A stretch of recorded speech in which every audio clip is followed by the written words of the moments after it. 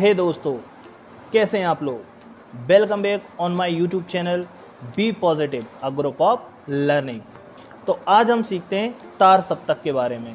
तार सप्तक 9th 10th 11th 12th हर class के लिए एक इम्पोर्टेंट टॉपिक है और इस बार कुमार नारायण के बारे में भी एक प्रश्न पूछा गया था MCQ में।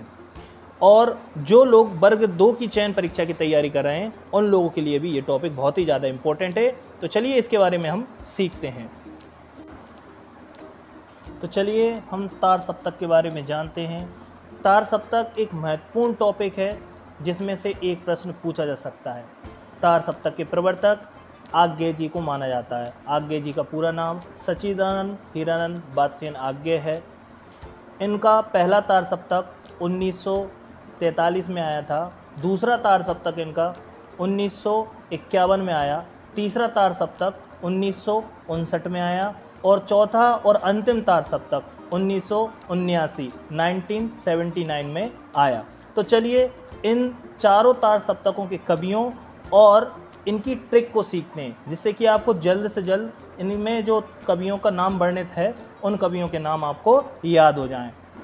पहला तार सप्तक जो 1943 में जो आया था उसके कवियों के नाम इस प्रकार हैं। इन नामों को याद करने की ट्रिक मैं आपको बताता हूँ। आज्ञे ने नेमी राम से मुक्ति पाने के लिए भारत को और प्रभाकर गिरी को सजा दी।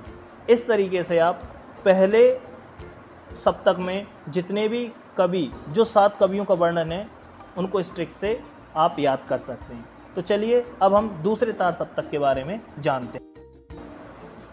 दूसरे तार सप्तक में वर्णित कवियों के नाम इस प्रकार हैं। दूसरा तार सप्तक 1951 में आया था, 1951 में। और इन कवियों के नाम याद करने की ट्रिक मैं आपको बताता हूँ।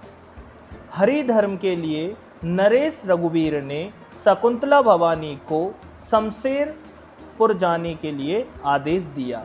इस ट्रिक से आप इन 7 कवियों के नाम याद कर सकते हैं। तो चलिए अब हम तीसरे सप्तक के बारे में जानते हैं।